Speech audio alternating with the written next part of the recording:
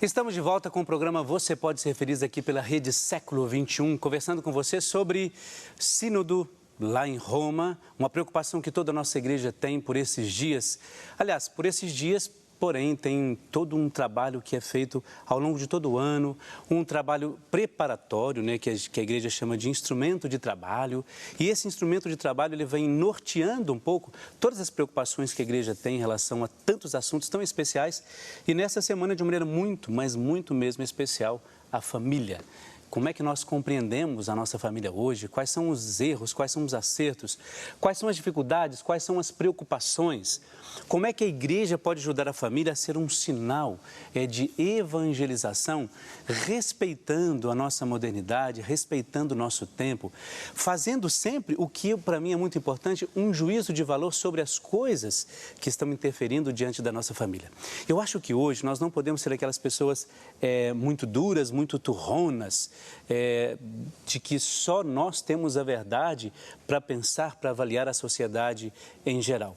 É muito importante a gente saber que toda a sociedade, é claro que ela caminha a passos largos, não é? E apresentam algumas dificuldades, alguns desafios que a igreja precisa pensar, olhar, observar.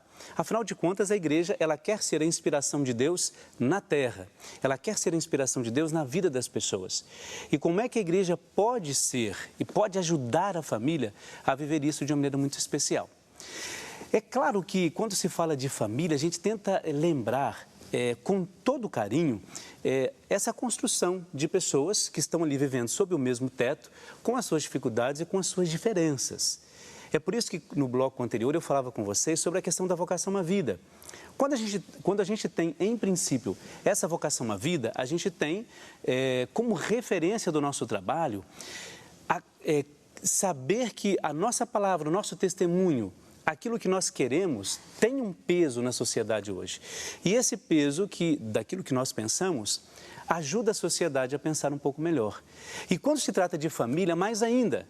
Porque da família, vocês entendem bem isto, é que nascem as mais variadas vocações, as mais variadas profissões.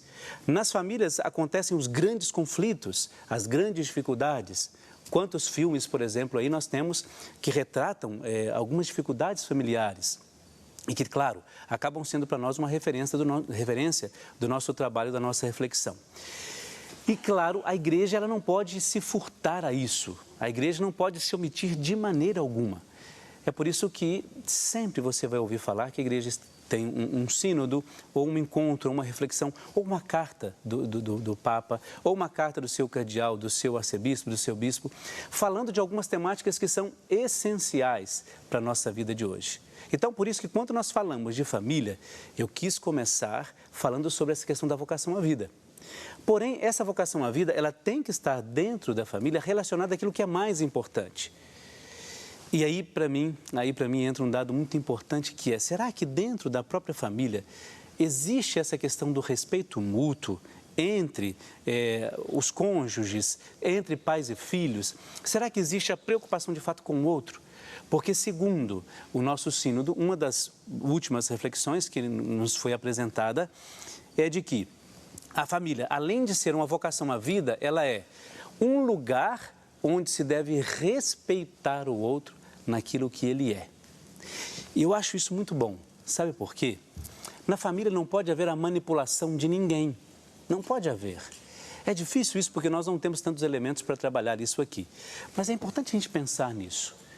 Às vezes, os próprios pais, com um zelo exagerado, como aquela mãe no VT disse, olha, eu sou muito ciumenta, sou muito possessiva dos filhos, mas isso não é bom, isso atrapalha, não é? E aí, o que o sínodo diz? Olha, é necessário que um aprenda a respeitar a individualidade do outro. E ele diz assim, porque é lá na família que se aprende a entender a outra pessoa como imagem e semelhança de Deus. E aí, para mim, deve ser a nossa grande preocupação. Quando você olha para sua esposa, ou para o seu esposo, ou para os seus filhos, filhos que olham para os pais, vocês veem de fato um testemunho neles ali de que existe uma divindade que é maior do que a gente, que é maior do que nós, que compreende um pouco a nossa existência, que nos ajuda a entender um pouco melhor algumas coisas que nem sempre nós conseguimos entender, mas que os pais acabam sendo uma referência de consolo para a gente, dizendo assim: olha, eu posso não compreender muito bem isso, mas eu confio nos meus pais.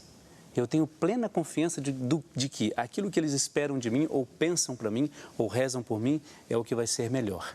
E assim a gente tem que entender que nós buscamos na família aquilo que é o referencial. Por isso, aquilo que o documento, aliás, os bispos disseram, não o documento, mas o que eles disseram lá. A família tem que ser entendida como ali deve haver um testemunho de Cristo no seu seio. Independente da sua constituição, independente de como ela esteja, deve haver o testemunho de Cristo ali. E aí a minha pergunta é essa: será que a gente consegue viver isso na sua intensidade? Será que a gente consegue, olhando para a sua família, você consegue perceber isso?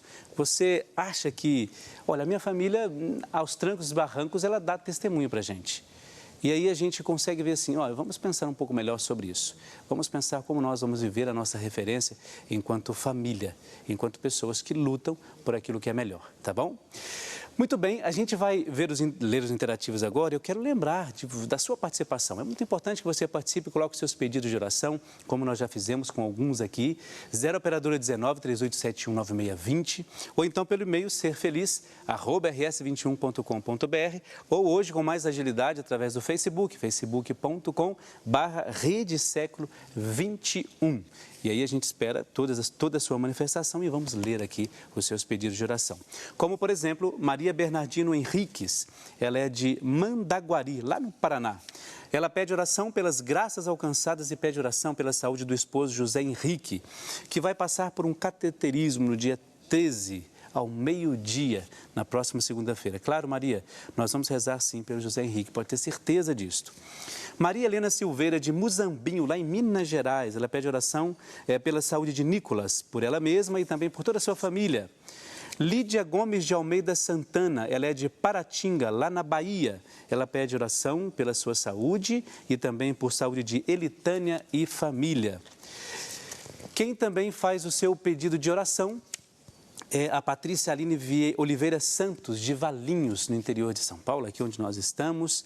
Pede oração por ela mesma, por todas as suas necessidades, pela saúde e pela cura e libertação, conversão, pela sua situação financeira. E coloca aqui vários outros pedidos. Claro, a gente vai apresentar aqui como temos apresentado os nossos irmãos e irmãs. Ivanilde Ribeiro Gregório, de Araraquara, no interior de São Paulo, pede oração pela cura da depressão, de Gislaine Aparecida, e pelo Márcio e também pelo bebê Arthur, por toda a sua família e por todos nós aqui da Rede Século 21. Muito obrigado. Deus abençoe. Maria das Graças Lima Nakatami, de Presidente Venceslau, no interior de São Paulo, pede oração por Adriano, Luiz, Maria das Graças, Cláudia, Gisele, Hugo, Gabriel e por toda a sua família. Também a Sidivânia de Freitas Costa, de Americana, no interior de São Paulo, pede oração pela prosperidade da empresa que ela trabalha, libertação do mal, pede pelos seus clientes, por amigos e também por todos os seus funcionários. Lá de Virgínia, no interior de São Paulo, de Minas Gerais, perdão, Edneia Pinto Tavares pede oração em ação de graças por ela mesma, também pede por toda a sua família e pela família Pinto Tavares. A Edneia, ela fez aniversário ontem, claro, parabéns, viu, Edneia, que Deus te abençoe e que Deus te proteja sempre. Muito bem, daqui a pouco a gente continua lendo os interativos. Quero lembrar a você de que nós estamos falando sobre a questão do sínodo, sobre a questão da família. Nós vimos um VT agora há pouco falando sobre esse relacionamento. Os pais que comentaram... Eu entendi ali que alguns queriam um pouco mais, esperavam um pouco mais dos filhos. Outros diziam, não, está tudo muito bem, a gente tenta conversar da melhor maneira que a gente pode. A outra pessoa diz, não, eu queria saber um pouco mais, né, sobre a vida dos meus filhos. Uma outra pessoa ainda diz, olha, com esse corre-corre, eu gostaria que fosse melhor, mas infelizmente eu tento ouvi-los, tento estar com os meus filhos e assim por diante. Agora nós vamos ver mais um VT, né? E nesse VT a gente vai aprender um pouco mais dessa questão familiar. É um rápido VT, a gente vai aprender um pouco melhor sobre isso. Acompanhe comigo.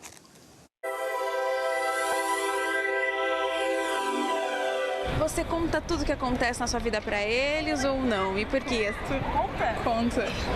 O meu pai não é muito próximo de mim, mas eu conto tudo pra minha mãe. Meu relacionamento com a minha família é tranquilo. Já foi mais difícil de, sei lá, conviver, sabe? O meu pai, ele é bem complicado às vezes. E sempre tem aquelas briguinhas, né? Mas hoje em dia é mais tranquilo. Eu queria que o meu pai fosse menos distante, sabe? Mas não é uma coisa que eu necessite muito, sabe? Mas não faz tanta diferença, mas eu preferiria que ele ficasse mais perto de mim às vezes. Eu queria que assim, que o meu pai ele fosse mais compreensível. É a única coisa que falta mesmo em casa. Que coisa, não é? Eu acho muito interessante porque quando a gente trabalha com jovens, quando você conversa com jovens, conversa com os adolescentes, tem de fato essa preocupação de não ser aceito um pouco, não é? E alguns até colocam isso quase como uma verdade. Olha, não sou aceito pelo meu pai, não sou aceito pela minha mãe. E claro, todas as questões, toda a verdade apresentada, afirmada, ela precisa ser olhada, observada, mas é muito importante a gente estar atento a isto, não é? Eles citaram ali coisas muito importantes, uma não liberdade e gostariam que houvesse um pouco mais de compreensão dos pais. É claro que às vezes quando você vai ajudar, quando você vai incentivar, quando você vai mostrar alguns caminhos, nem sempre o sim é a palavra que a gente gostaria de apresentar. E é muito importante que a gente aprenda a dizer não. Uma das coisas que eu nunca me esqueço, desde o dia que eu fiz uma entrevista aqui nesse programa com o psiquiatra Ivan Capelato, ele diz assim: se os pais não disserem não dentro de casa, a vida vai dizer um não para esses jovens e adolescentes. E o grande problema, a grande diferença é que a sociedade, a vida, nem sempre perdoa como os pais o fazem, não é? Então vamos ficar bem atento a isso, tá bom? Muito bem, vamos para um breve intervalo, daqui a pouco a gente já volta, é um instante só, a gente vai continuar o nosso bate-papo, ler mais os interativos, espero que você participe, ligue para cá, faça a sua participação, apresente os seus pedidos de oração e no final do programa a gente reza junto. É um instante só, até daqui a pouco.